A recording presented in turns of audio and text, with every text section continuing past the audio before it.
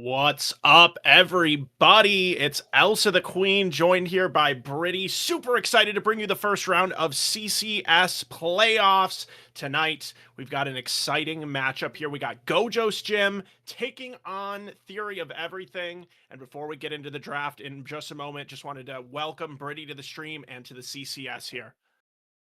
I'm excited to be here. I got pulled in just to cover for someone else, make sure that this best of 5 ran smoothly, and I'm really excited to see these teams match up. I take a look at I didn't get the chance to see a lot of the regular season games, but I did take a look at the scoreboards. I saw some of the players, how they've been doing. There was a couple of names I recognized. I'm excited to see how this one will go.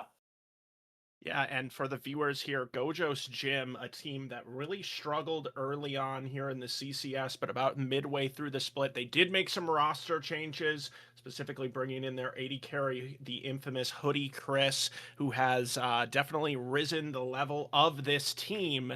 And so as we get into this draft here, I'm excited to see if Gojo's Gym can continue the momentum that they've had toward the end of the split here. Gojo's Gym also notably did win their best of 3 in the gauntlet, or I'm sorry, Theory of Everything won their best of 3 in the gauntlet to get into this spot. So they're coming hot off a victory last week, whereas Gojo's Gym has had a little bit of time to, rest up and get ready for this match. Yeah, there's a certain amount to be said about the difference between having that rest week to get to watch your opponent, see how they play, and staying warmed up with these on-stage matches and actually, getting that extra experience. Because scrims are one thing, but in the environment that you play in when you're on stage playing the actual matches is very different. So as we get into the draft here, we already seen Jarvan and York taken off the board, Pantheon as well. A lot of jungle and topside focus immediately. I have to assume that this is just because Young Cali and Daigen and GPA Boss have been so dominant across the board. Yeah, definitely. I think we've seen quite a few carry top laners from both sides here. So, trying to take at least one of those away right here in the Yorick. We also know that right now in this season, jungle does have those kind of very fundamental picks, especially those strong ganking junglers, such as the ones that have been banned out so far in this draft. So it makes sense to get kind of rid of those super safe early picks here. We also see the Mel banned out, which, as anyone who has been watching League of Legends recently knows, very difficult champion to deal with alongside a lot of those different mages that have made their way to the bot lane. So I'm interested to see here, when we've seen Gojo's Gym and Hoodie Chris on the stream, they've been very sort of traditional in their approach to the bot lane. We'll see if we get any shifts here tonight.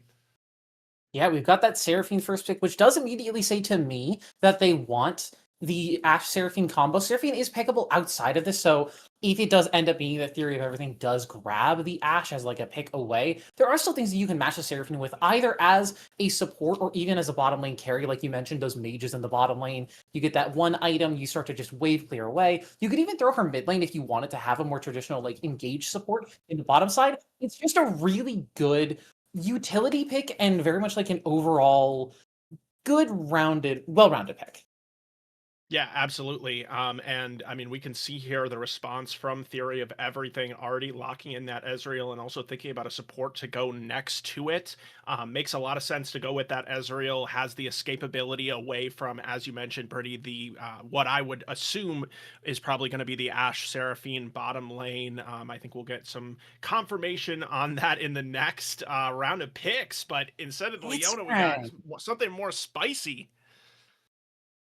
Yeah, and I mean, it again makes sense that this is really anticipating that possible Ash pick or some kind of immobile AD carry pick, because obviously that Blitzcrank does one thing and he does it really well, which is displace immobile champions.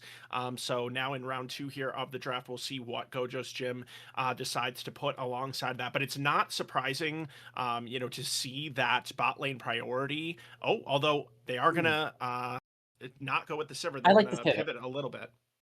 I like this pivot. When you're playing versus the Blitzcrank, locking in the Ashe just feels like you're sort of conceding, like, yeah, we had a plan for the 2v2 bottom lane. We're going to play Ashe Seraphine no matter what. But this shows that they have the ability to at least plan on the fly and say, okay, you're going to pick this counter pick a Blitzcrank. We're going to make it much more difficult for you in the AD carry position. Seraphine obviously is still a target, but if you're putting all of the focus on the support and you're letting Sivir have all that free time in the bottom lane and just sort of wave clear and free farm up, like especially if Seraphine can get out of the lane, can start to roam, it's gonna make the Blitzcrank feel very, very kind of homeless. It's gonna make him feel bad. Yeah, absolutely, definitely. If you're quick enough on those spell shields here from the Sivir, always an excellent pick into the Blitzcrank. I also think that knowing that they picked this Ezreal, you don't need to be super worried about having some, really hard pushing bot lane necessarily. You're not necessarily going to be that pressured in lane, but wow, we've got both of our mid lane picks already here. Okay.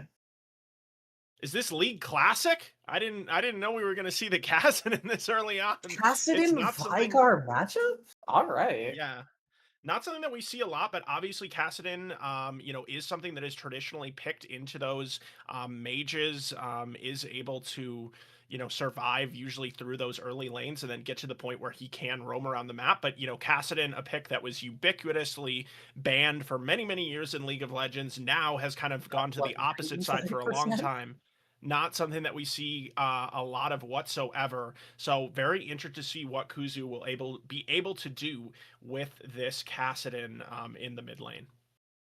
Yeah, the thing with these rotations here on this early part where you have both of the bottom lanes and the mid laners is it's going to free up a lot more jungle bans. We're already seeing that. The Xin Zhao and the Mordekaiser. Mordekaiser, technically flexible between top and jungle, probably a little bit more top side, but still, like, the big three of the jungle in my mind of Xin Zhao, Vi, and Jarvan being off the board is really going to start to pinch the pools of these junglers. Like, Caxi and Frosty are really going to have to figure out exactly what they want to do in the early game because you don't have that guaranteed easy gank path of the Vi Jarvan. You don't have that guaranteed level 2, level 3 bruiser outduel that Sinja provides. I'm wondering what else they have in the back pocket that they're going to be able to pull out in a situation like this. Yeah, I think that that's a really good point, and interested to see now what we are going to get from this next pick. Uh, it really seems Maybe it is like League Classic. yeah, we got the Amumu here. I mean, like you said, there's a lot of junglers banned out already in this, and so I think that that will be interesting in this fearless draft as well. That these junglers would potentially be open later into the draft or later into the Mhm. series. And yeah, I mean, so right now, they're going to be forced to pick some kind of top laner here from Gojo's Gym. Seems like they were really trying to ban out counters to a tank. Ornn was then banned away on the other side, but Sion, kind of the next best thing here in the CCS as far as tank top laners go, and they're going to lock that one in. What? Ooh, Stylus junk. I like this. I like this. Blitzcrank and Amumu are two great ultimates to steal, and a lot of the champions that counter out Sion on the top side, things like that Gwen that I noticed was still open when they locked it in, have really good ultimates for Silas to steal. But now grabbing the Silas kind of dissuades any sort of pick like that to come through, so you can kind of neutralize the top lane matchup without interacting with top lane at all. That's a really smart pick. Yeah, and whenever we get Silas locked in, I always start to just think about the ultimate abilities of the teams on the other side. The Amumu one is the one that sticks out like a sore thumb. Silas Mhm. will use that even much better than Amumu. He has no problem getting into the middle of the enemy team, but will have the advantage of building full AP. So that Amumu ultimate will definitely be hurting later into the game, as well as even that Blitzcrank ultimate as well. Getting the silence, getting that AP damage can be very, very powerful. So I actually agree. I think I like the setup for the Silas here and excited to see what Gojo's Gym can do with that one. Yeah, my only concern for this Gojo's Gym composition is maybe a lack of damage or priority at all, really, in the early game. You're not really going to be seeing Sivir and Vygar do a lot of things. I would honestly say pre like level 9, level 10, they're really reliant on getting those first couple of items. Sion as well. Yeah, he can lane fairly strongly, but he's not really going to be a map wide threat until he gets to that level 11 point. That Soul Furnace stacks really start coming through. But you look at the other side, Kassadin obviously is going to be scaling out a lot, but Ezreal Blitzcrank is a very strong 2v2 bottom lane. They're going to be able to pump out a lot of pressure. Blitzcrank loves to be freed up on the map. And Amumu is a great early game ganking jungler. So if Theory of Everything can actually start to snowball this game and advance ahead and buy Kuzu on this Kassadin a lot of time to actually just scale up as much as he wants and get through, I think this should be a pretty easy game for them, honestly. Yeah, I mean, I definitely agree with you as far as the scaling aspect for Gojo's gym. I mean, if we can get to sort of the ultra late game stage, that Vigar and Sivir will be able to take things over in the team fights. But thinking about more of the mid game stage of the game, Ezreal, we know when he's kind of got that 2 item point, when he got his tier all the way stacked up, he really is at his strongest. And that Dr. Mundo at that point should be very, very difficult to kill as well.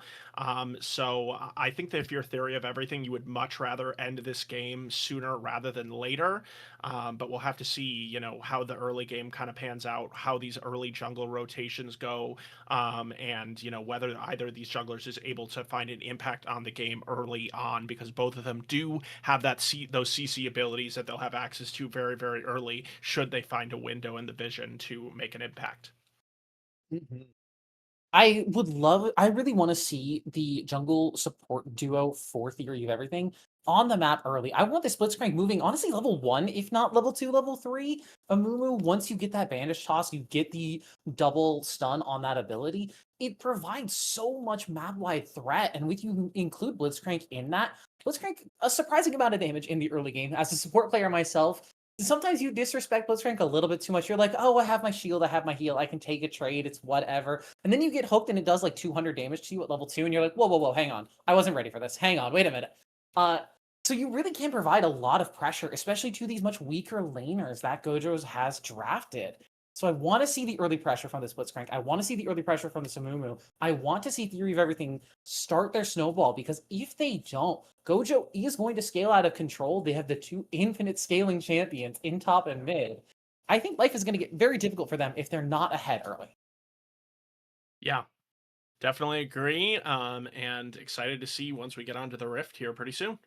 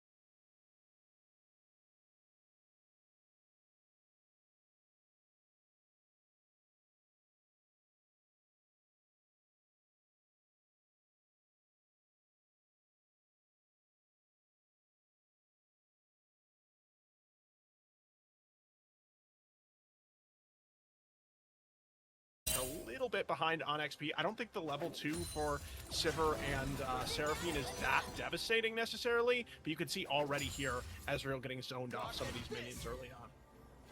Yeah, it is rather unfortunate that Daikin gets the first blood. I think you'd much rather have that on your Ezreal or your Kassadin. But just getting the first blood in general and denying a little bit of that extra time for young Callie is a pretty big deal. Obviously, the Scion with the passive doesn't mind eating a couple of deaths here and there. But at the same time, just giving Mundo a little bit of extra space early on, let him get a free grasp proc. My big worry, though, is these bottom side, like you were mentioning. Sivir and Seraphine don't have the most devastating level 2, but Blitzcrank does, and not being able to get that level 2 advantage is really painful. Yeah, that's a good point. You know, both of them are level 2 by now, but already definitely a lead in the CS. Hook. Here. Oh. Wayne eating some damage. Ignite down from Daikin, taking plenty of damage, though, as Hoodie Chris, with the lethal tempo stacked up, is going to get plenty of damage back. This is kind of what you have to worry about if you're going to focus the support. Sivir is going to eat you alive.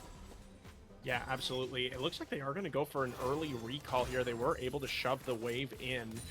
So Hoodie Chris going to go back to base. It looks like Seraphine did have to interrupt her own recall. But yeah, without that Ignite, definitely going to be a little bit of time here before they're going to have that lethal damage early on, unless there's some kind of all-in fight, which I don't think that Sivir and Seraphine are going to want to opt into early. They are definitely going to feel content to just kind of chill through this lane and get to that, you know, mid to especially late game point where what? You know what? We're just gonna not talk about that one. Daikin made it out just fine. Baited Hoodie Chris's flash actually as a text flash for Daikin, so that's very clearly exactly what the plan was, and there was no mistakes there happening whatsoever. I was so focused on Daikin taking those turret shots that I didn't even notice the flash from Hoodie Chris. And so honestly, you would trade in this lane in like a typical setup. You would trade Blitzcrank flash for the Sivir flash, right? Like that's something that you would be feeling all right about. So, you know, at the end of the day, Hoodie Chris thinking that that last turret shot's going to do a little bit more damage than it does, and that he just needed to, you know, get any damage down to prevent the execute. But Blitzcrank passive to the rescue. On a ward. Wayne unaware. There's the hook over the wall, but where's the follow-up Daikin? I mean, nice poke. Good little bit of damage there, but Wayne will get some support stacks off of that back. So, you know, this is the supportal combat that you live for. You got to get in the head of your opponent. Yeah, yeah, I mean, maybe that definitely could be what it's all about here. Both of these supports getting that roam on early on in this game. They want to be active around the map. And so Seraphine going to take her second base already, not actually able to pick anything up as far as items, but that's just the quickest way back to lane, I suppose. Other than that, you know, not too much action around the Rift early on. Still seeing these junglers just finishing up this first clear. Amumu going to be a little bit ahead of Silas, who has a pretty slow first jungle clear. Both top laners also not afraid to go at it, you know, on those tanks, but not going to be anything lethal just yet in this one. Yeah, both AD carries have their stacking items. Hoodie Chris has gone for the call, and out Aliandin, I'll figure out how pronunciations later, has picked up that tier, so the Ezreal will be starting to stack as GPDA. One more auto would have done it, but young Callie gets the flash out, and the turn shot does not damage. Callie gets his revenge. All right, obviously I spoke too soon about the top laners here. They are willing to go all the way to the death. Early kill onto the Scion. You know, these early kills not necessarily going on to like the highest priority damage champions on the teams, but you'll take whatever you can get as far as the gold. One kill now going over in each direction here, as we do see Amumu Kaxi making his way into this bottom jungle. And you know, just talking about some of the players specifically in the context of this game, as Kaxi looks to set up a gank, he has been kind of the core of this ToE team, a very, very consistent player here for ToE. Always sort of on these, you know, setup champions like this Amumu, you know, wanting to put these laners into a place where they can be successful for the rest of the game. Oh, there's Kaxi. Hoodie Chris in a bit of trouble outside the barrier, and Crown is in the area as well, so suddenly it's Aliandin who's the one in trouble. Daikin will get the kill on Hoodie Chris first. Aliandin getting plenty of damage down, but will fall now. A 2v2 support and junglers, but I think Frosty's Crown has the advantage here. Nice sidestep by Kaxi, but the flash forward from Wayne gets the double root. Do they have the damage to finish anyone off? Flash away from from Caxi will survive. Wayne forced back the hook just barely wide. Daigen didn't have enough mana for it. And everyone else will walk away. It's 80 carry for 80 carry. Yeah, and at the end of the day, it is just a 1-for-1 there, but pretty exciting skirmishes early in this game. This has the Rift Walk up, but the roam. Wayne forcing him back. Nice little defense there on your mid laner. Looking for a little bit more aggression, though. Astro Boy has to be a bit careful. Odysseus can step up pretty heavy on this Kassadin. Will just be forced to back off. Doesn't want to get in range of that Primordial Burst. Yeah, definitely needs to be careful. I mean, it's still very early on, so the Vigar ultimate not going to do nearly as much damage as it eventually will. Yeah, Odysseus not afraid to get aggressive here now that he has the ultimate. Oh! Whoa, what a snipe landing! Game 1 of playoffs? You're kidding me! What a shot by the Ezreal! Amazing job there, and it looks, I mean, Cassia smite up now. Not sure if he had smite up at the moment that it was going down or not. It doesn't seem like there was any vision in the area, so that's just an amazing prediction there from Ezreal to be able to use the ultimate to take that one down. Definitely just kind of makes it a waste of effort there from the Gojo's Gym bot lane, who was in there to assist. And despite, as we go into a pause here, despite the Caxi disconnecting, it looks like, despite the early, bot lane shenanigans, yeah, look at that. God. Smite was up. Smite was up. Yeah. Well, that is painful. But also, that's just Alindolin believing in the heart of the cards and just saying, you know what, I know my timings. They don't do Dragon that quickly. I'm just going to take this. Yeah. Yeah, I mean, just a really nice job of predicting the moment that dragon is going to go down. And the other thing I was going to point out here is even though the 2 kills so far have gone under the Blitzcrank, which is a little bit unlucky, just an overall lead here for the bot lane from Theory of Everything. And this is something that we talked about, right? Like, Theory of Everything is has a team composition that wants to get ahead early and then be able to push the game forward in this mid game so that they don't have to get to a point where they have to deal with the late game Sivir, Vigar, Seraphine, and even the Silas to some extent is with those ultimates that he's able to steal. And so this is how you would like the game to start out, I think, if you are Theory of Everything. Not the biggest gold lane in the world here, 7.5 minutes in, about 800 gold, but it's they'll take what they can get. And if it was the opposite situation, you would definitely already be a little bit worried for Theory of Everything. So looks like we are going to get play resuming hopefully here in a second.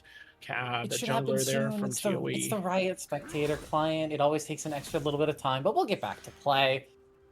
Nice. Did see a lot more aggression from the mid laners, I will say, than I was really expecting. I think Odysseus and Astro Boy have been playing a little bit more in each other's faces, and that's netted Odysseus a surprising CS lead, up just about 15 in this lane right now. And for a Kassadin early game, that's better than you could expect.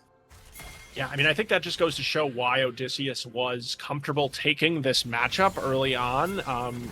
Knows that he likes it. As nice cage there from Vigar to be able to prevent Daigen from running in and getting that hook. But yeah, I mean, Kassadin off to a great start here as well. And yeah, I think, again, just got to be happy. Oh, hook over the wall. Does find Frosty, but he does have the stolen Amumu ultimate. Gets that Kingslayer off. Turns it around. Caxie's the first to fall. Odysseus will get revenge for his friend. Frosty taken down, but now Odysseus looking for a little bit more. Wayne exploded. The electrocute with the Rift Walk does so much damage. Young Callie charges in from the top lane. Picks himself up the kill on the support. Last one to get Odysseus out of trouble. JPDA was never in any danger. And Theory of Everything continue the aggression. Yeah, 2-0 for this Kassadin, who's holding a bunch of gold before he pushes the wave in and goes back to base. We'll see if he has the gold in inventory to finish the Rod of Ages or not. But either way, this Kassadin is going to be a big issue in this mid game for Gojo's Gym. You could see the amount of damage he was able to do when he jumped in on this very squishy Seraphine. You're going to see similar results once that especially once that Rod of Ages is stacked up when he's jumping in on this Sivir, as well as the Vigar. And even though Frosty was able to survive for much longer than expected, I think it kind of shows some of the weakness early on of this Sylas jungle. He wants to So get into these boy, fights the with pretty cage is squishy. there, but Tygan has the flash. Odysseus jumps in. It's on top of the cage wall, but I don't think it matters with Caxi in the area. A kill over to the Mumu as Caxi wants some credit for himself. Yeah, nice. I mean, just nice job. I mean, you said it, Brady, when we were coming in. You know, you wanted to see the Blitzcrank all around the map, and he has been all around the map for sure. Not only getting involved, still helping his AD carry in some of these bot lane skirmishes, but also making his way into the mid lane as well. Really helping out the team to have the threat of that pull constantly coming out of Fog of War. It also just starts to kind of get into the head of the enemy team that they constantly need to be aware that this Blitzcrank could show up at any moment. And meanwhile, his lane, the lane buddy here in Ezreal is absolutely happy to sit alone in lane, not only happy, able to farm safely, but also pick up the dragons as needed as well. Ooh, close there on the hook. But yeah, that's my 100% KP support jungle duo. That's exactly what you want to see out of these aggressive picks. Whether it's going to continue to work out for them in the long run is a different story, as JPDA, taking a lot of damage, does have the ultimate available, so we'll start to stack that money up. Chart only goes up. Young Callie now potentially in trouble, but does have that decimating smash to get plenty of damage down. Do you have the damage to get through the Mundo sustain? He feels like it doesn't manage to land the ultimate, but plenty of damage coming through, and this Scion, even building magic resist first, is just trading fairly evenly with the Mundo. I do think that it's a pretty clean build path here for the Scion, just because the only source of AD damage is the Ezreal, who is, of course, also going to be doing a bit of magic damage as well. So feels super content, with the health to kind of tank through that Ezreal damage that he's probably not even going to be dealing with early on here, and go straight into the heavy magic resist build, which you will need in order to withstand the damage from those topside champions of Theory of Everything. So that's a lot of ruby crystals, though, in the Mundo's inventory. That's because Mundo only needs ruby crystal. I saw in Twitch chat, why do belt when crystal does the trick? As Caxi, solo ultimate on it too. Astro Boy just has the damage. Leandre's Torment of Mumu, you gotta respect the DPS.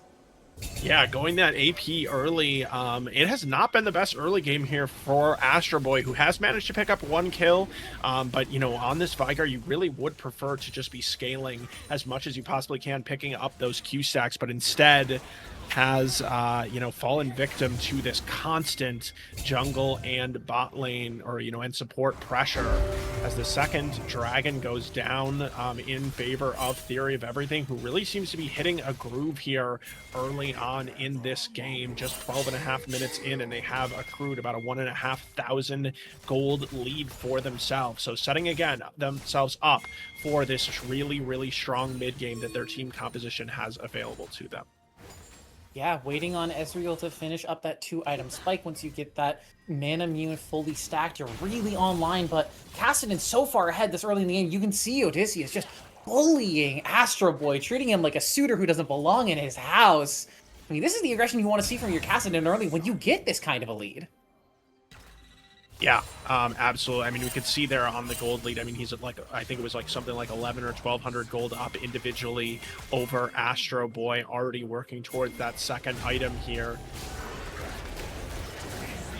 Charge, not enough. JPDA managing to walk away, has the ghost on. Caxi now in. No Curse of the Sad Mummy available, but Frosty, with that stolen Mundo ultimate, is feeling pretty confident as JPDA feeling confident enough to flash that 200 mastery points. Whew. Wow. All right. Yeah, I mean, I guess you could tell sort of.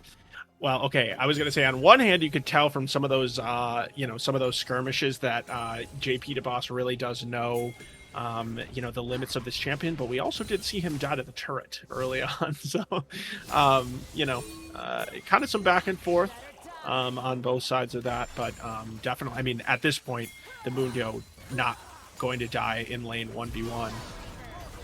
And is just going to be scaling. Ooh. In a bit of trouble here. Hoodie feeling pretty confident to just walk forward. No mana on the Sivir. How much work can a Langdon get done? It's not going to be enough. Flash forward. Mana just to survive the video.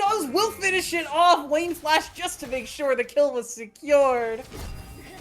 But manages to escape. Now Caxi. There's that curse of the Sad Mummy again. The two-man ultimate. Wayne in a bit of trouble in the meantime. Top side. The boss clearing out plenty on these minions. Daigen walking back up, getting a little bit of minion damage. Hexy with just enough mana. We'll finish that one off. Now on a rampage on this Amumu.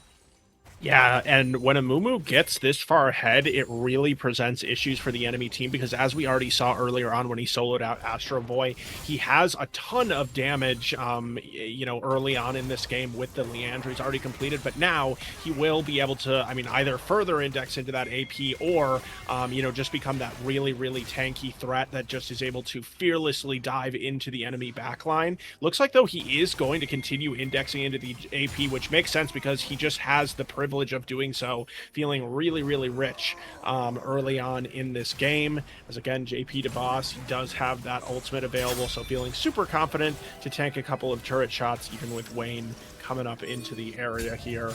But both jungle and support. When you have the ultimate, you don't really got to care about damage. You're feeling fine. It's true. Yeah, it's true. Plus, he also opted for the first item Warmogs, which means that, you can see right there, he just decides to disengage, from young Callie, and then he's able to walk away for a few seconds and come back at full HP.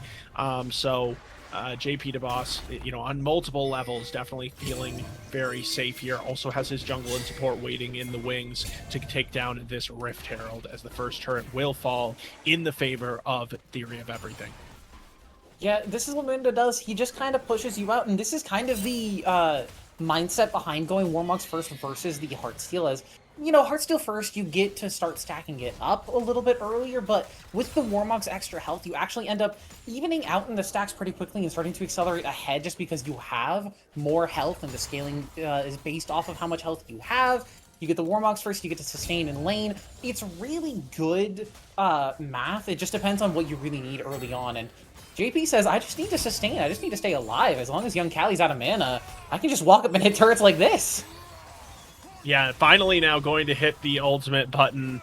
But like we said, as you so thoughtfully pointed out there, with the Warmax just doesn't need to worry about not having enough sustain. He's got plenty of sustain for everybody, and it is becoming a bit of an issue here now with this split push. Mundo already making his way over halfway through that top lane inner turret. Ezreal trying to take down one in the mid lane, but in trouble. Dutch lands, but flash away from Frosty has to be afraid. The hook and the bandage. Daikin and Caxi just always waiting in the wings.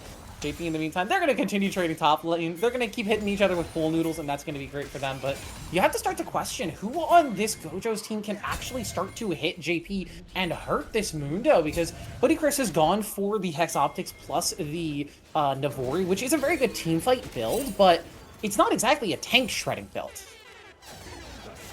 When we got our first Rage Bait redeemed of the series here from a random CCS citizen. Wonder who that is.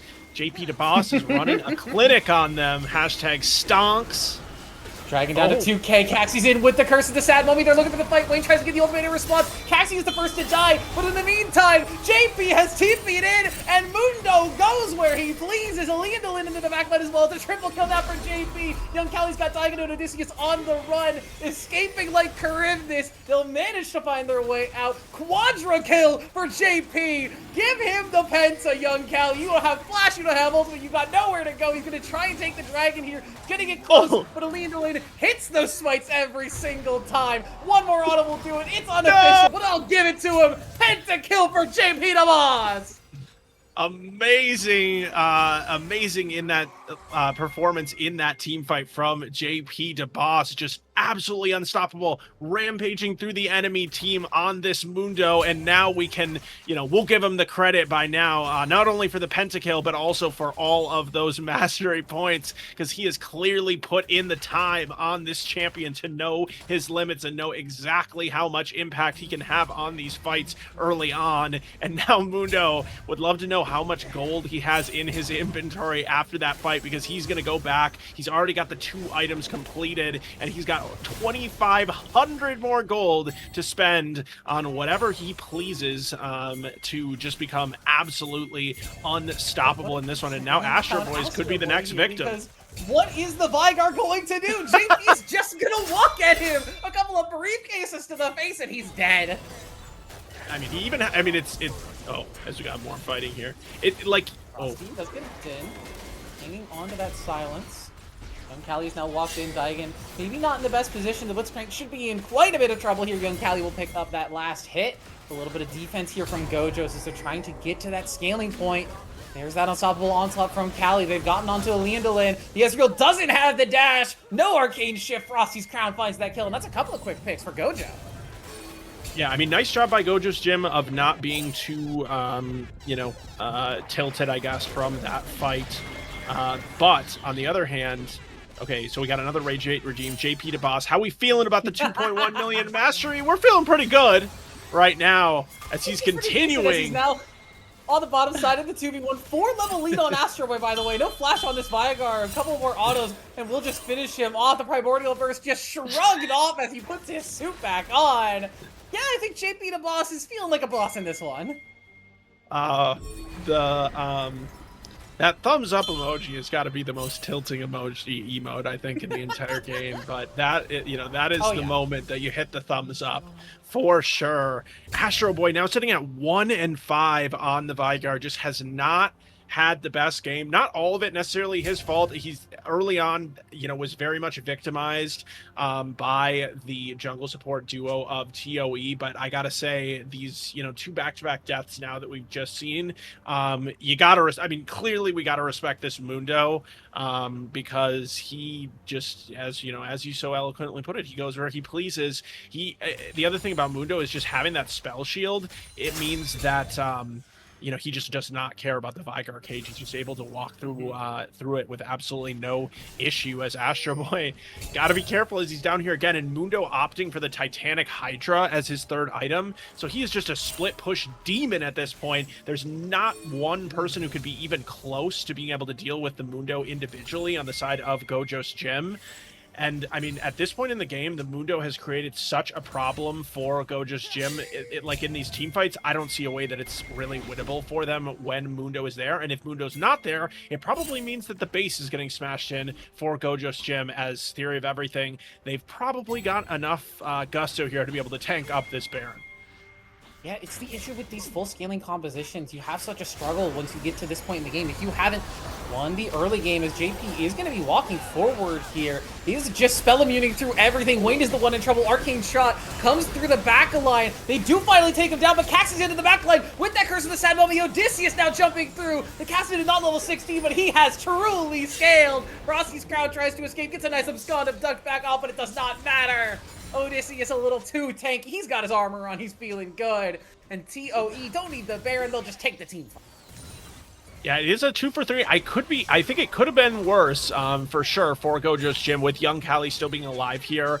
I don't think that they'll actually be able to break the base as from Pop-Tart here, Astro Boy crying, screaming, and throwing up to get him out of the lane with Mundo. I would be doing the same thing if I was Astro Boy because I would actually be doing the same thing if I was any of the members of Gojo's Gym at this point. Please do not make me go into the lane with Mundo. I do not want to do that.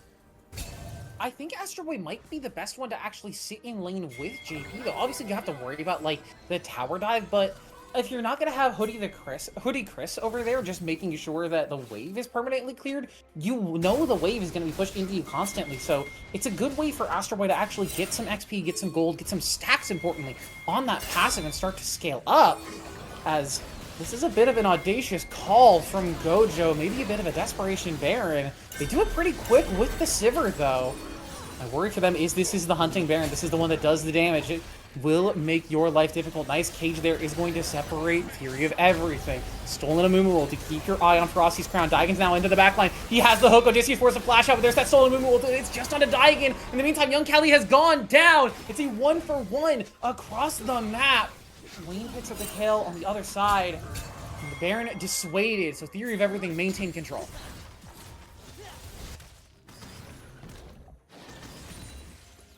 win thing, because now at this point they are just able to back off onto the that dragon soul here. They should be able to pick that up. No, not really much of a chance of a contest here from Gojo's gym, given that they are missing their top laner to, you know, face check in here.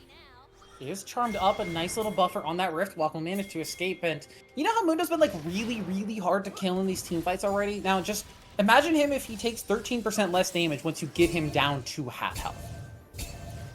Ooh, pretty tricky. Pretty tricky situation for Gojo's gym, especially now with that Chemtech soul completed for Theory of Everything, just 24 minutes in. You know, they are over 5,000 gold in command. And I do like the idea here from Gojo's gym. Like, at this point in the game, you have to try, you know, some risky things in order to get yourself back into the game. So they try to start off that Baron. They're just not able to take it down as quickly as they would like. You know, if they could even get it to a point where it's a 50-50, I think that they would probably take that at this point, but it was still at like 7,500 at the point where all of ToE is there, and obviously then they do have to turn off of the Baron, so they're content to just pick up that one pick. They were probably going to lose the Dragon Soul no matter what at this point in the game, so I think the calculation is just, you know, better to try to pick up something, you know, rather than just go down without a whimper. So trying to control vision here, maybe try to set up some kind of pick from Gojo's gym, because that's really what they need, right? Like, they're not going to be able to be successful in these 5v5 team fights without something very odd happening, because of how strong this Mundo is and how much command he will be able to have just charging into the enemy backline. So you know, it's going to be all about the creativity here from Gojo's gym, who has not been able to take down a single turret on the map at this point, which is also one of the issues that I think you kind of pointed to earlier on, Brittany, which is just that the waves are always crashing into the face of Gojo's gym, and they're constantly having to clear those out rather than going elsewhere on the map, which it looks like ToE wants to take advantage in the Baron area right now. Yeah, and sometimes that's a good thing. You can take advantage of waves being constantly pushed into you, but on the other side, it does put you on the defense. Gojo's gym has been blanked on objectives this game. They have not gotten a grub, a dragon, baron, nor tower, as now young Callie, the target, and in a bit of trouble. Frosty's Crown looking for an ultimate to steal, but that is a level 16 Odysseus onto the backline. Rift walking back out. Charm finds two. Wayne forced to flash over the wall. Daigen stuck in the cage, but he's found Frosty's Crown. There's the immediate arm guard. He'll manage to get himself to safety. Passes into the backline. There's the Curse of the Sad Mommy. Plenty of damage coming through. Odysseus now is running a rampage onto the backline. Level 16 casted, and check your watch. Your time is up, Gojo. Game 1 is going to go to Theory of Everything. Yeah, they do not have the wave all the way in the base now, but it should be here shortly. Shortest death timer is about 20 seconds, but that's going to be Wayne, who wouldn't be able to do anything themselves. And I think that you are probably right, Brittany. They're going to run it down mid. JP DeBoss happy to tank up these turrets, as he's been doing all game long. And Theory of Everything will not look to end the game yet. They don't want to make a stupid mistake. Yeah, I don't think this call, being over-aggressive there is probably how you do end up losing the game if you go for the end and then GG if gets there was any way to do it. Shutdown gold, they get some waves, maybe they can turn to Baron too, so making the safer call and turning back to the Baron is probably the right call. Yeah, and as you mentioned, you know, like, there can be an advantage as far as these waves pushing in. It does allow Gojo's gym to continue picking up levels and items, but when the map pressure is over so the wall, strong, the threat of the Blitzcrank, Kalindolin picks up the free kill. Yeah, the game kind of continuing just how it started there with Daigen finding another hook. Frosty's Crown. Apollo is, or Astro Boy is already gone. Young Callie now stuck in the 1v5. I don't think this sign's going to get very much done. Frosty's Crown now into the backline. Gets the 4-man Curse of the Sad Mummy, but how much work can you really get done? Hoodie Chris is not in the area. And the members of Gojo's die one by one. They go into the Death Realm as Odysseus jumps on top. Nice hook from Daigen just to make sure that his AD carry picks up the kill. That should be the game. Yeah, that's finally it. They just needed one more team fight to be able to get into the base and finish it off here. 2 members alive of Gojo's gym, but I do not think it's going to matter. I think JP DeBoss could just tank them up and hit the Nexus either way, and that's going to be game 1 for ToE. Yeah, dominant fashion from a Theory of Everything. And I mean, I'm not going to say that the draft was given to them necessarily. They had good picks and they, I think, drafted very smartly. But at the same time, when you look across the rift on the other side of the map, you see a lot of good scaling lanes and a lot of good, if we get to late game, if we have 4 items, we will win.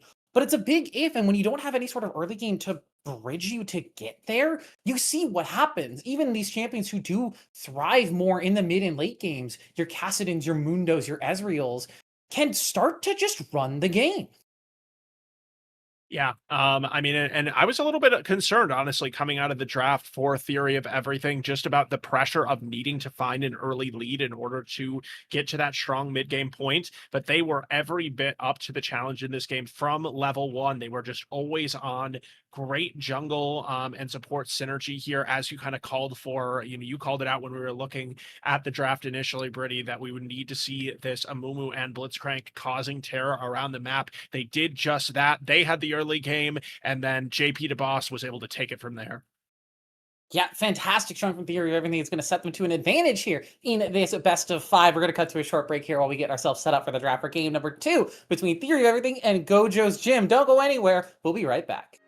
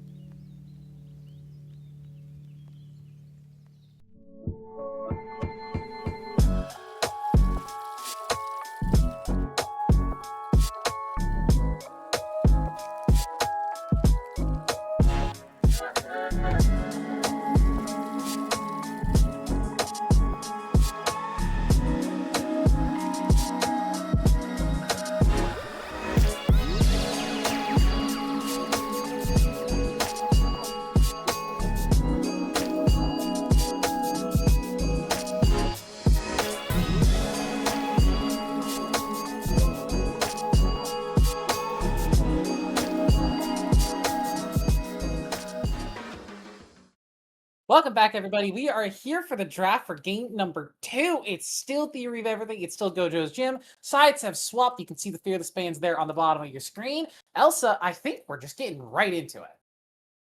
Yeah, we sure are, and we can already see pretty much repeats of those early bans so far, taking away some of those strong jungle picks that we talked about. Didn't seem to have too much of an effect early on, at least in that first game on Theory of Everything, who found huge success for Caxi on that Amumu pick early on. Excuse me. And so as we get into the draft here, we'll be interested to see if there's any sort of change in approach to Gojo's Gym, if they try to pick again some kind of scaling composition and try to get into the late game, or if they try to choose something that might be able to match some of the early game aggression that we saw here from Theory of Everything. I would say like just one criticism maybe of that team composition from Gojo's Gym is that they were just a little bit too indexed on the side of late game, having your two main carries in the game both very dependent on getting to 30 plus minutes into the game to really hit their main point of strength is an issue, especially if you want to play as aggressive as Gojo's Gym was willing to do early on. And so, again, we'll just see what kind of adjustments they want to make here coming into game number 2. Yeah, you need some kind of pick that's going to be a strong side laner for you. Something like a Mel or a Ziggs or some sort of mage in the bottom side as we see final bans come through. Mel has made it through, but so has this Victor that was banned away in game 1. And Theory of Everything, more confident in this Victor, are going to be the first to grab that up. Yeah, the Victor, like you said, it was banned away in the first game. This time, I believe it's Odysseus, not Kuzu, in the mid lane. Will once Mhm. again, or now not once again, but now will be on to the Victor. Definitely a very different pick than the Cassidon, who they showed a lot of ability to impact the game on in game 1. But now Hoodie Chris picking up this Caitlyn. We've seen a Caitlyn Lux bot lane before from Gojo's Gym on the stream, but very similar vein here. They're moving on from that Sivir and Seraphine, which did not have very much agency in the lane, was very much looking to scale. Now they're going the exact opposite here with this Caitlyn and Nico, who should be dominant in the early game. Yeah, when we're talking about strong side laners, Caitlyn plus any range support, honestly, is really a strong 2v2. I can honestly say Caitlyn plus any support is a strong 2v2. She is really just a dominant laning phase. She's such an interesting champion in the way that she has this strong level 1 to level 3. The early power spike is so huge, and then when the mid game hits, she power troughs, she goes down. But then late game, once you have that 4-item spike, that 100% crit, she becomes so insanely strong. The headshots are two-shotting people. It's crazy. Yeah, and so we see kind of a complete reversal here from Gojo's Gym from that late game strategy, at least as it pertains to the bot lane here. They want to be strong early on. On the other side, though, the Malphite and then now the Leona being locked in. Interested to see where this Malphite goes. To me, the Ornn pick could indicate that Gojo thinks that it could go top lane, but we also have seen a ton of Malphite jungle this split, and just this season in League of Legends as well. So some Mhm. flexibility here as far as where that Malphite goes. I do anticipate Gojo's Gym though to ban multiple carry top laners away just to protect this Ornn pick, and make sure that Theory of Everything isn't able to punish it too hard. I believe that they second round banned the Mordekaiser and Garen last time, but they are going to start with Mhm. that Mel, which is kind of surprising, honestly, to see go through this many rounds of picks, given how strong it has been in multiple positions in League of Legends.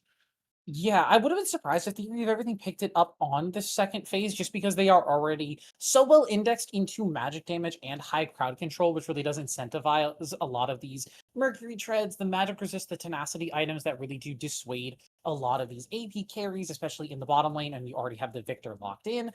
He's going to be a mid lane man there for Theory of Everything. You're going to take away the Cassio. I'm wondering if Gojo is going to ban another potential bottom laner. Ziggs is already out, Mel is already out, so you're not going to be seeing anything like those in the bottom lane. But I'm curious what sort of AD carry or what sort of bottom laner in general are they worried about for this matchup, or are they going to shift it back up to the top side as a maybe protection ban for their Ornn? Yeah, and it does seem to be the latter there, banning away that Mordekaiser, which is super, super strong into the Ornn lane. They want to make sure that young Callie doesn't have too much trouble getting through this early game, especially since you would imagine that Frosty is probably going to be wanted to be down on this bottom side, supporting this bot lane that they've invested so heavily in early on in this draft. But yeah, I mean, I'm excited to see whether. I mean, I think that we have to see a traditional AD carry at this point for TOE in the bot lane just because of the damage share, unless they've got some Mhm. kind of AD mid laner, or I mean, sorry, top laner up their sleeve. I assume that Victor will be going into the mid lane because there's And a lot of Bessa has a decent matchup. that's true. A lot of magic damage indexed early here for TOE. There's that Zoe locked in as the matchup potentially into that Victor as long as that is going in the middle lane like we expected, not the bottom lane. We haven't seen a lot of Victor in the bottom lane just because he doesn't do the same thing that a lot of the other mages do. But it is always a possibility. I'm seeing that Galio hover and I'm thinking, are they That's going to run Victor bot? Are they going to throw the Galio mid lane? Or is whoa. it even like Okay. Galio top versus the Ornn? Okay, we're going all sorts of crazy. That's going to be Galio plus Garen. So I think that does mean it is Victor bottom lane and this beefy melee top side. Yeah, I mean, it must be the Victor bottom lane, like you said. Garen, I mean, we noted that Garen was banned out in the second round of bans last time by Gojo's gym, so they leave that one open, and JP DeBoss is going to pick it up on, a very niche champion, especially for competitive play, is Garen. But there you Ooh. go. The Mbessa is going to be locked in as the final pick here. Going to the jungle, I guess. It seems like for Frosty. Yeah, I would assume so. It wasn't exactly the side I expected to pick the Ambessa, but it is going to be the one that has it. I like this Gojo's composition a lot more than I like their game one. I think it is a lot more aggressive. They have more of an early game and they have lanes with priority. But on the other side, I'm looking at Malphite, Galio, Garen, and I'm just thinking, when you get to like level 10, how do these champions actually die? Who's killing these champions? Because at that point in the game, it's not going to be Caitlyn, and Zoe is not exactly a tank shredding AD carry or tank shredding AP carry. Yeah, and I mean, yeah, to expand on that, I mean, looking at this from the perspective of a Galio, you've got 2 to 3 potential, great targets to be able to ult on top of. Obviously, the Malphite and Leona are able to deliver themselves into the middle of the enemy team. So I'm looking for some big Galio ultimates in this game from Odysseus, assuming that it does go into the mid lane. It is a pretty traditional pick into Zoe as well, just because obviously he gets that shield, able to tank up a little bit of that burst damage that Zoe will be able to offer. But with the Garen again, like this is a champion that there's a reason that it's not typically picked a lot in competitive play, right? It doesn't bring a ton to you in the team fights. As you mentioned, Birdie definitely has that survivability, but doesn't necessarily have the CC, doesn't necessarily have like that team fight element to the champion in the same way that Ornn will be able to. So to me, it puts a lot of onus on JP DeBoss to be able to make something happen in the early laning phase against this Ornn and try to find some kind of advantage. Not necessarily super early, but as this lane goes on, if the Garen starts losing to the Ornn, then he's pretty much just useless overall in this game. So definitely going to have an eye on that top lane to see if JP DeBoss can have the kind of dominant performance that he had in game number 1. I don't know if he can get quite as dominant as he was in game number 1 with the unofficial pentakill, but at least trying to create some kind of advantage there for him top. Honestly, this top lane matchup feels very similar to what we saw in game number 1, just kind of like in a slightly different font. You have a more passive tank who can do damage if he's allowed to hit all his abilities in the Ornn, and then you have a bruiser AD tank on the other side for JP, and we did see how well that worked out for JP, not only on the side lane as this Mundo was such a threat, but also in the team fights. He was able to make the Mundo work, and granted, Mundo's a little easier to make work in team fights than Garen, like you said, but Garen isn't any sort of slouch. That Demacian Judgment will do plenty of damage. I'm really interested to see what these teams look like. But we're going to have to see what they look like once we get on to the Rift. We're going to cut to a short break. And when we come back, we'll be on the Rift for game number 2 between Gojo's Gym and Theory of Everything. Don't go anywhere.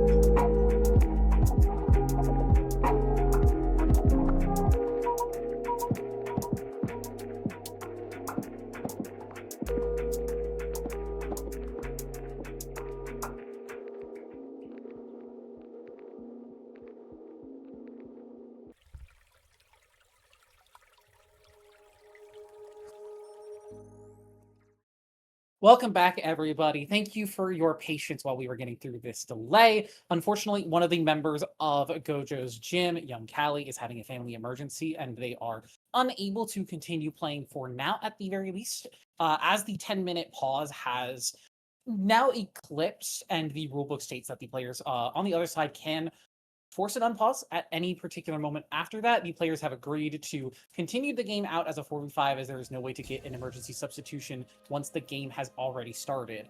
So unfortunately, Gojos are going to be playing down a member, and they're just going to have to try their best for this match. Yeah, definitely a first for me as a caster. I don't think I've ever definitely casted 4v5s for a small amount of time, like when you have some kind of DC situation, something like that, but never a full 4v5. We've all, I guess, personally played out 4v5s in League of Legends, though, so we know what that means, which is just that this Garen is going to get the totally free lane here, just able to farm out, you know, as much as he wants. So I guess from a strategy perspective, which is the only thing that we're left with here, will be interesting to see, you know, what he does with that freedom around the map. I assume that he'll just try to, you know, kill the turret as quickly as he possibly can. Looks like also probably going to try to do a little bit of proxy farming here to make that happen as soon as possible. You know, that's what we're going to get here. Yeah, Frosty's Crown, when there isn't any gank opportunities and there's no real jungle camps to actually get, they can also spend a little time topside, collect some of that XP. Not as much of the goal, just because of how the new systems work, but collecting the XP at the very least can make it not all go to waste. But it's just an unfortunate situation to be in if you're in Gojo's, and this series was already going to be tough from them starting down 1-0, and now you're looking at what is most likely going to be a 2-0 now, trying to mount a reverse sweep comeback. It's not an easy spot to be in. Yeah, definitely not. Ooh. Early action here in the Boy, mid lane. Taking plenty of damage, does have the ghost on. Odysseus will navigate his way through the minion wave and escape with most of his health intact, but you can see that potion running for Astro Boy and none for Odysseus, as he's already eaten through those potions. Yeah, and I mean, before this, you know, situation where it's a 4v5, this team composition for Gojo's gym was always going to excel in trying to... Forward.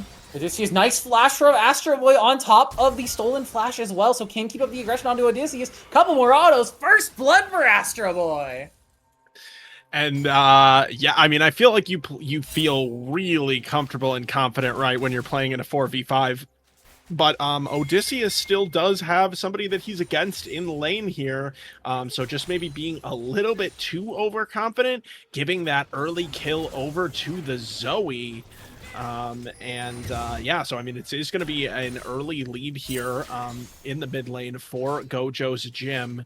And what I was going to say here before that, the mid lane fighting, is Gojo's gym is always going to excel at trying to find some kind of picks, right? I mean, between the Zoe Trouble Bubble and then being able to combo that specifically with the Ambessa ultimate gives her a free opportunity to hit that ability. And so they are always going to be a composition that is going to look to take out individual targets with this mid jungle combo. So you know, again, they're in a situation where it's a lot more difficult to take advantage of that, as it regularly would be. But as Frosty's Crown has completed the first jungle clear here, just as you predicted, Brady will be up here into the top lane to try to pick up what XP he can, although so far not even able to make it up to the turret, with Caxi also over here trying to steal away this jungle camp early. So ToE not being afraid to take advantage of the 4v5 situation in this game, denying these jungle camps even to Frosty's Crown, who does not have a top laner to help him out. Yeah, there's only so many ways we can say that the situation is unfortunate, but it does mean that Frosty's Crown just doesn't have as much of a topside jungle as he would like, as we see Odysseus here sort of mirroring the movement of Astro Boy. Astro Boy making sure that his own jungler gets escorted back down to his camps, but once he can collect and start to clear those up again, it's just a matter of what sort of advantages can Gojo's actually make happen. And I think also in the background during this game, you're starting to think, can we find a substitute top laner? Do we have one of our substitutes available for this match? What's our plan going into game 3 as well? Yeah, definitely hoping that Gojo's gym is at least able to get that figured out so that they could have someone else to fill in for game number 3 and still, you know, make it a competitive series. That's just something that we'll have to wait and see here. The first dragon already spawning up onto the rift, and yeah, what else is there to say? I guess, I mean, early on in this lane, kind of taking a look at the bot lane, pretty even so far. Just a very small CS lead for the Caitlyn early on in this one. We already, of course, saw the aggression into the mid lane with Zoe picking up that first kill. And, you know, I guess at this point, if you're Gojo's gym, you just got to try to have as much fun with it as possible and try to you know, make the kills happen, or make the, you know, advantages happen where you possibly can. And so with this first dragon spawned up, they are trying to move into that area potentially. Obviously, in solo queue, it is a bit of a different environment. It's a lot easier to take advantage of mistakes in a 4v5 when you are the 4. In a more professional environment where you have communication between all 5 members, sometimes it's a little bit more difficult to say, hey, we know it's 4v5, the game's gonna suck, but like, teams can throw. This is there's still a possibility of us winning. In an uncoordinated environment like solo queue, it feels much more possible, as Hoodie Chris is going to walk up a little bit too far forward to Caxi here, who has that unstoppable force, but Hoodie does have the flash, so we'll manage to get out of that situation. In the meantime, mid lane, Daigen has found Astro Boy with no real follow-up, just getting some extra poke down as Astro Boy will poke back in response, but he is actually going to be Gojo's getting this first dragon.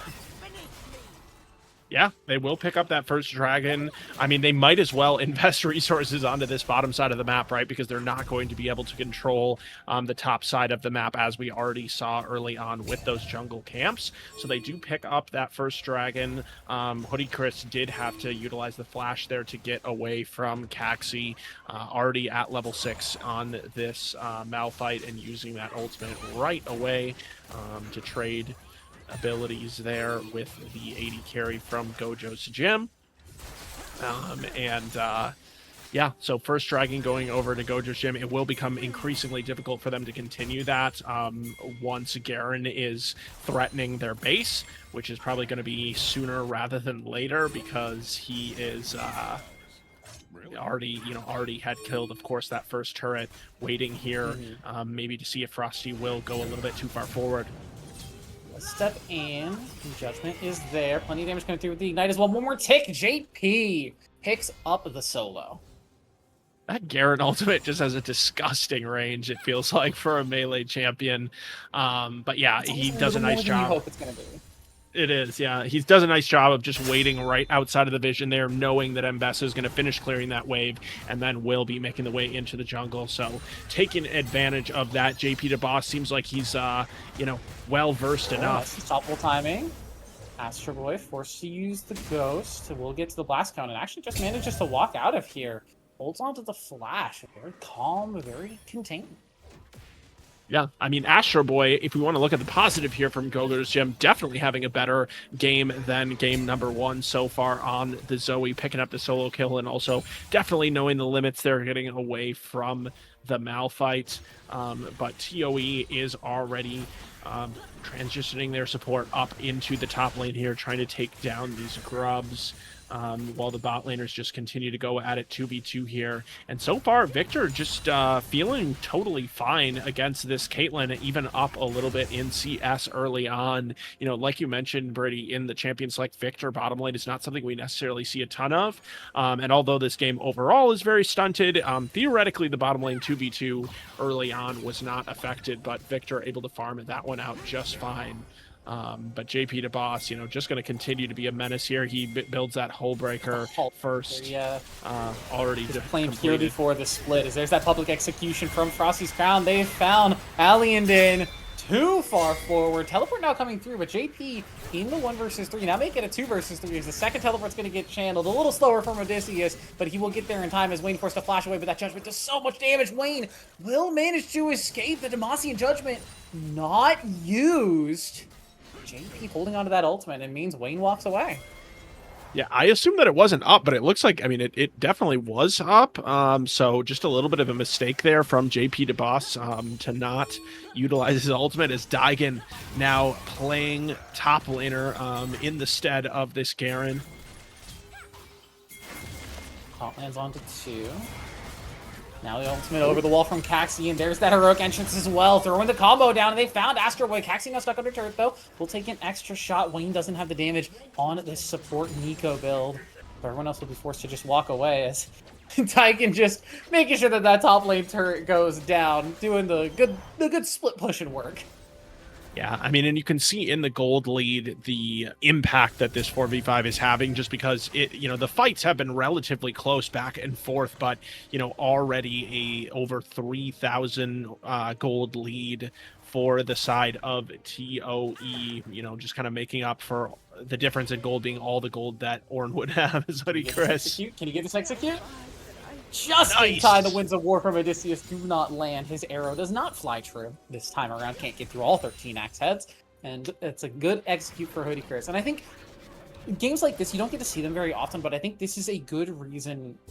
This is a good way to show how important like that 5th member really can be. Like, especially if you're playing solo queue. I know none of you loyal CCS viewers, would ever AFK in a League of Legends solo queue or normal match. Of course. Because you're all great players who adhere to the Summoner's Code. But I think this is exactly how difficult a 4v5 can be, but also sometimes how winnable it can be. You can still see these impressive solo performances like Hoodie Chris picking up that farm and managing to escape without getting any extra gold over. Astro Boy finding that solo kill in mid, Frosty's Crown making a great gank happen. Even Gojo's Gym getting that first dragon. Can you imagine if they had their 5th member, how good their state in this game would be? Definitely would be a much different situation from them. And I mean, Ornn was also such a fundamental part of their team comp as far as being able to set up those team fights later on. You know, not there. But yeah, I mean, you can see how they still have been able to make a couple of plays here. They got the kill early on in the mid lane. They also managed to make that fight happen for themselves in bot lane. As they try to come at Astro Boy here. Not quite going to find the mark yet for Odysseus, but TOE just moving around the map as a group at this point. Unstoppable force. They really want this Nico dead. And pop the Pop Blossom, but a little too late as Aliandin picks up that last hit. Yeah. I mean, yeah, they're just doing a nice job of moving around as a group, which is obviously the strength of your team. When you have one more member than the other team, you're always able to have an additional person there, which is, you know, why they're just 12 minutes into the game seeing a lot more roaming than we typically would. There's also a lot more turrets down early. Public execute too far forward from Aliandin. Frosty will pick up that kill. Hoodie should survive this Arcane Storm. One more tick. Not gonna be there. Hoodie Chris walks away. And again, Gojo is putting up the fight, making sure that Theory of Everything knows that they can't just walk around. Yeah, nice job for Gojo's Gym of being able to counter that, but then the problem is, over on the other side of the map, you can see Garen just going to be free farming, free hitting on that inner turret, which he doesn't quite take down, but also just able to run away in between turrets. No problem there for the Garen. Teleport does come in from the Victor to set up. I was going to say set up for this dragon, but there's not a dragon for quite some time. Just to continue grouped here for TOE. engage from Daigen. There's the heroic engine. Frosty Crown has the double dash to get out. Solar Flare goes wide, but the taunt has already landed, and Frosty, with all the dashes, might be able to navigate and escape. And now Astro Boy, the one in trouble, does have the Ghost on, and Zoe, so difficult to actually lock down, but the Unstoppable Force will lock it up. Astro Boy falls. Yeah, Astro Boy falling down there. 4 kills to 3 now in favor of TOE, who has amassed about a 7,000 gold lead here, just 14 minutes in, and it's just going to be a matter of time before they're able to break those, final inner turret. Well, I guess there's 2 inner turrets left, so, but, kind of start to pressure into the base of the enemy team. You can see how Gojo's gym is basically running a marathon around the map, trying to keep up with all of these waves that are being shoved in relentlessly on the side of TOE. Not that different, I guess, from the game number 1 as it went on, but, still feels obviously quite a bit more dire here for Gojo's gym in game number 2. And I mean, as you kind of said before, Brittany, as well, I think most of the focus in this overall series now goes over to whether or not Gojo's gym is able to find another, whether they have one of their substitutes available to fill in game number 3 and keep this series alive, as Astro Boy, he's in a tight spot. Doesn't manage to get the flash over the wall, but in the meantime, JP is just going to continue the split push. This is what Garen can do when uncontested, as now we'll flash on top of Hoodie, who has the cleanse, but the Ignite's there. Demacia Justice! JP finds the kill inside the base of Gojo's. In the meantime, the rest of the members trying to navigate this team fight. Nice ultimate from Cax. He finds 2. Frosty the Crown forced on the run. Wayne trying to support, but not much the Niku can do at this point in the game. Public Execution to get away from a lot of that damage. Frosty's stylishly playing it, trying his best, but just a little bit too much of a lead for Theory of Everything at this point. And in the meantime, their base is starting to get taken apart. Yeah, Garen just happy to continue sitting in the base there. Didn't quite take down the inhibitor, it looks like, as Wayne just kind of caught between a rock and a hard place, finally going down. And this Garen also, as we said, has gone for this full split push build with both of his items so far, just focused on shoving those minions as fast as he possibly can. Also, because he's Garen, just gets very, very tanky, naturally able to tank up this turret, and they will take down the last of the inner turrets there. Over 11,000, or about 11,000 gold lead here now from TOE. And I think that the challenge now becomes whether or not they're able to end this game before 20 minutes. I think that they probably will be able to if they finally group up here and push it into the enemy base. They are all recalling now. We do see 1 or really 2 item completions happening across the board for just about everybody other than the Leona.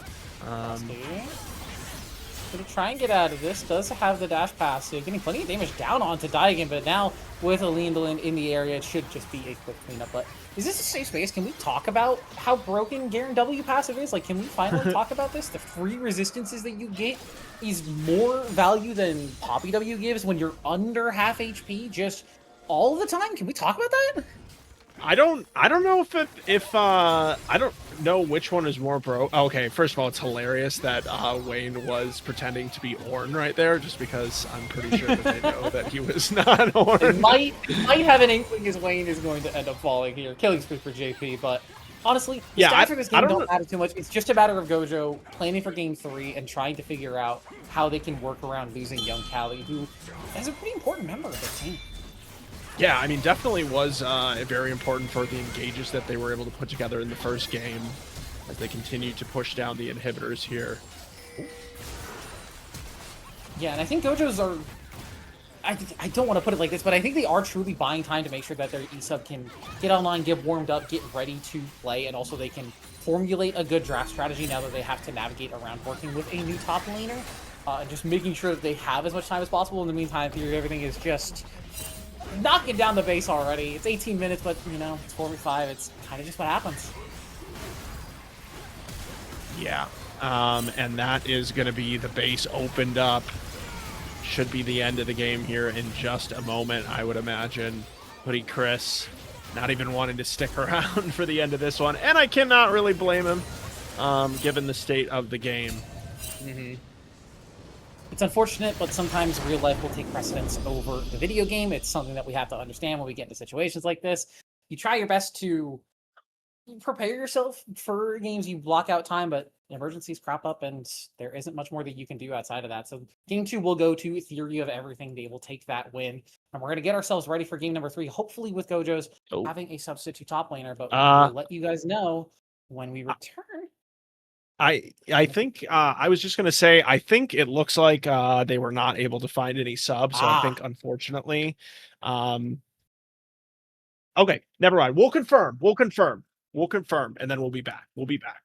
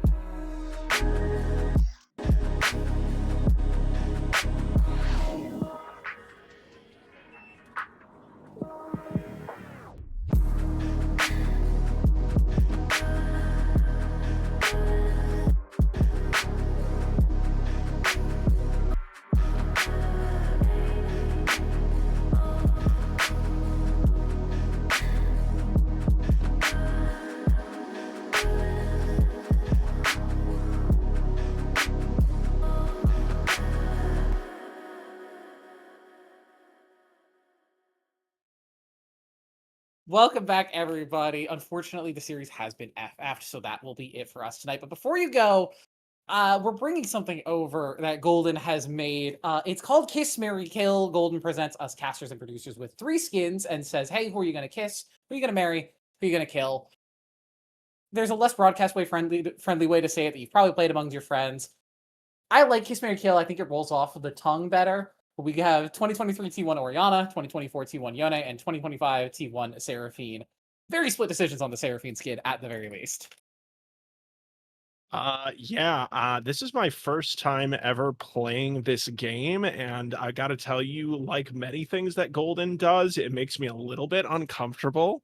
I think the highlight for me here, just analyzing my picks a little bit here, is Yone. I mean, look at him. He's looking very strong, very capable of defending He's got our the future finger. family. he kind of looks he's kind of given some vibes of like I don't even know. But anyways, I had to give the Mary to Yon. I can't believe I'm the only one who would have married him. I can't believe I'm the only one who would have married Oriana. I think our producers are just very in on the Seraphine train, which we obviously were not. Yeah, I mean, yeah, I don't know. I mean, I think Seraphine, I'm not a big music person personally. I think she would maybe be a little bit annoying for me to spend Oh, too well, much now we have time to tell around. fans. And Oriana, I couldn't commit to the marrying just because she's pretty creepy, in my opinion, like just the voice clips from her and everything like that. So that's kind of how it had to break down for me. See, I see that slow burn dynamic of me helping her learn the human experience and understanding human Okay. emotions. As she used to be human, and then she got turned into a golem because her father was like really stuck on fixing her and making her better, but it didn't end up working out. So, like, I can help her recapture that human experience, that essence. I can fix her emotionally. And you also may have to fix her like mechanically if there's any issues that I can occur. I can learn a little bit of robotics. You give me a blueprint, I'll figure it out. For her, I'll Yeah, make it work. absolutely. I mean, I mean, I just think the only thing to say is, for those for anyone who's tuning in is like, what the hell is going on? Personal situation for the Gojo's gym meant that they were down a member. They were not able to locate another one of their substitutes. I believe that, if I'm not mistaken, CCS does not allow emergency substitutes in the playoffs, which is understandable for competitive integrity reasons. But it does sometimes lead to unfortunate situations like this, where Gojo's gym just decided to FF. Obviously, based on what we saw in game number 2, it's not really worth playing out another 4v5. So just want to say, appreciate everybody from Gojo's gym, in the season that they put together. As we talked about in the intro, this is a team that really turned around their season partway through to be able to make it into the playoffs as one of the top 4 seeds in their conference. So, hope to see them back in CCS again next split, and hoping for a better result for them.